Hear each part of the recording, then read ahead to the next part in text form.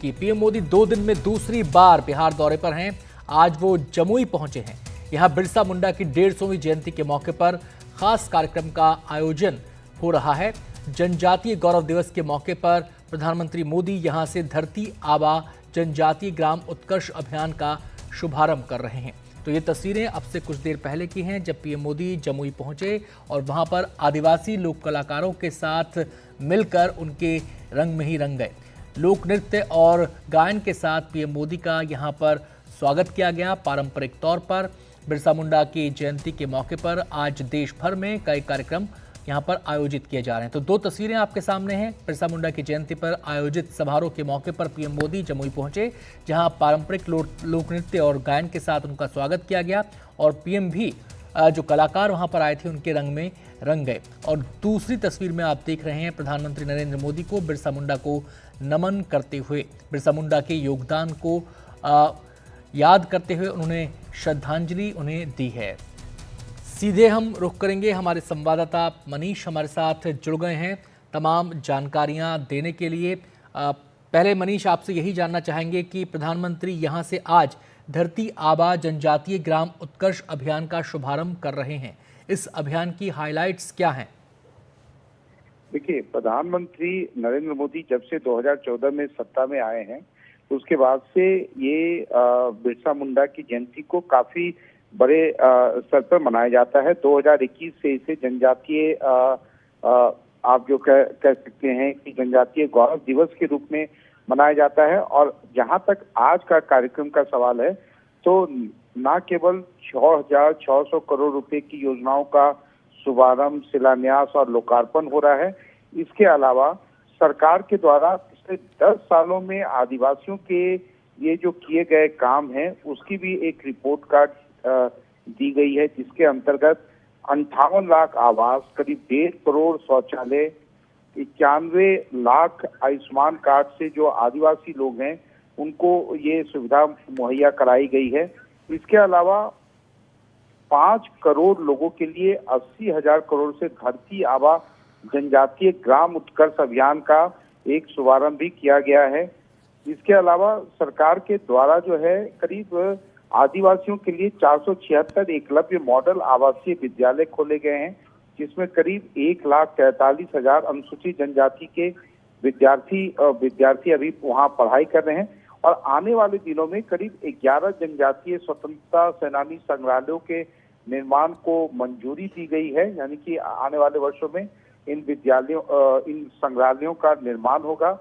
इसके अलावा सरकार के द्वारा ये भी जानकारी दी गई है कि 2014 तक जहां आदिवासी लोगों को 55 लाख एकड़ का जमीन का लैंड टाइटल दिया गया था, उसके मुकाबले पिछले 10 वर्षों में 191 लाख लोगों को जमीन का टाइटल दिया गया है।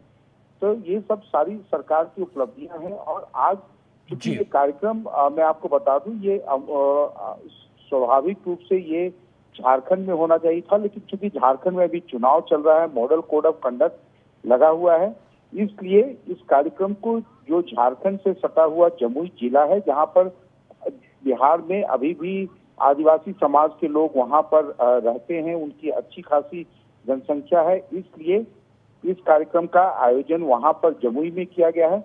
निश्चित रूप से झारखंड में जो दूसरे चरण का जो अभी मतदान होगा 20 तारीख को, उससे इस कार्यक्रम का एक निश्चित झलक या असर भी आपको देखने को मिलेगा। हालांकि प्रधानमंत्री ने जो संथाल परगना का इलाका है, वहां पर परसों वहां पर कई सारी जनसभाओं को भी संबोधित किया है। लेकिन अब चूंकि प्रधानमंत्री का कल से विदेश यात्रा है, तो ये आप कह सकते हैं कि ये एक उनकी इस इलाके में एक अंतिम सभा भी होगी। और खासकर चूंकि ये एक राजकीय समारोह है, तो इसमें सारी जगहों से अब तक प्रधानमंत्री ने जमुई में इससे पूर्व 2 बार और जनसभाओं को संबोधित किया है, लेकिन वो चुनावी जनसभाएं थी।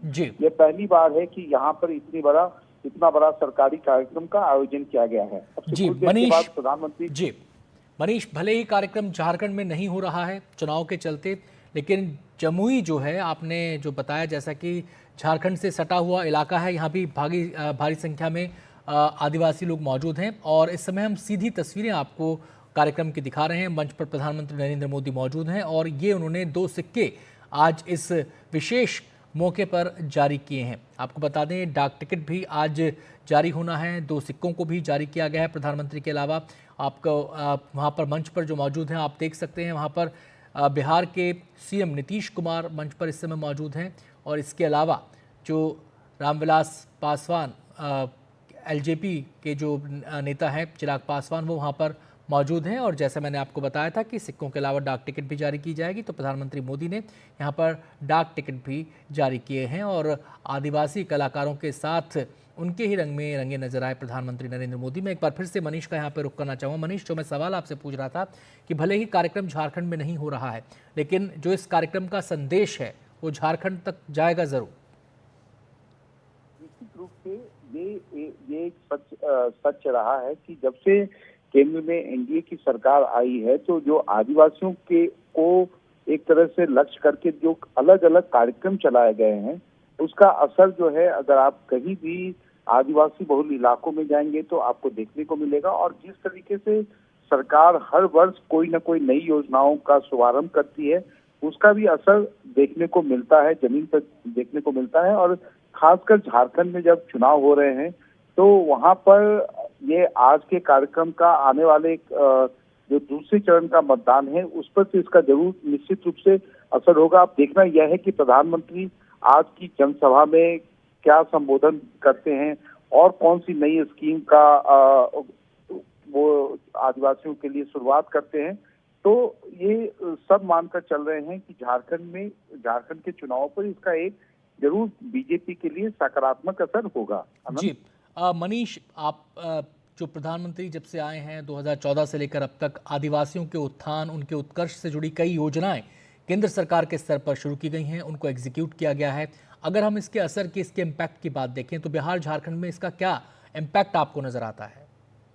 देखिए, बिहार में जो आदिवासी जनसंख्या है वो बहुत ज्यादा नहीं रही है, करीब वो मात्र कुछ लाख में सिमट कर रह गई है। लेकिन जो बिहार से सटे झारखंड राज्य है, झारखंड राज्य में आपको इसका काफी ज्यादा जो अलग अलग स्कीम की शुरुआत हुई है, उसका काफी व्यापक असर दिखता है। उसका आप कह सकते हैं कि जो आम आदिवासी लोग हैं, उनका भी कहना है, वो चाहे मुफ्त अनाज की स्कीम हो या एकलव्य विद्यालय हो या लैंड टाइटल हो, ये सारी ऐसी चीजें हैं जिससे कि एक आम आदिवासी जो है वो उसका ये कहना रहता है, वो स्वीकार करता है कि उसके जनजीवन को इसका अच्छा खासा सकारात्मक असर है। आनंद जी, अच्छा सकारात्मक असर है। लेकिन जब आदिवासियों के उत्थान की, उत्कर्ष की बात आती है, उनके विकास की बात आती है, तो एक पहलू उसमें मनीष ये भी जुड़ा होता है कि वो उत्थान उत्कर्ष के रास्ते पर तो आगे बढ़ें, लेकिन जो उनकी अपनी संस्कृति है उसे भी सहेजा जाए। अगर इस दृष्टि से हम सरकार के कदमों को देखें तो ये क्या दोनों ये चीजें पैरेलल चल पाई हैं? देखिए, निश्चित रूप से उसमें कोई कॉन्ट्रडिक्शन नहीं रहा है, जिसके कारण जो है, अगर आप देखेंगे, वो चाहे आवास हो, चाहे आदिवासी इलाकों में नई सड़कों का निर्माण हो, या उनके लिए स्वास्थ्य सेवाओं जैसे मोबाइल मेडिकल यूनिट हो, आंगनवाड़ी केंद्र हो या नए छात्रावास हो, ये सारी चीजें ऐसी हैं। इसके अलावा बहुउद्देशीय वन धन विकास केंद्र हो या नए पक्के आवास हो, ये सारी चीजें ऐसी हैं, छात्रावास हो, जिसका जो आम आदिवासी है वो इस बात को स्वीकार करता है कि हाँ, स्किल सेंटर अगर ये शुरुआत हुए हैं, आश्रम विद्यालय की शुरुआत हुई है या एकलव्य आदर्श विद्यालय की शुरुआत हुई है, तो इससे हमारे जनजीवन पर इसका अच्छा खासा असर है।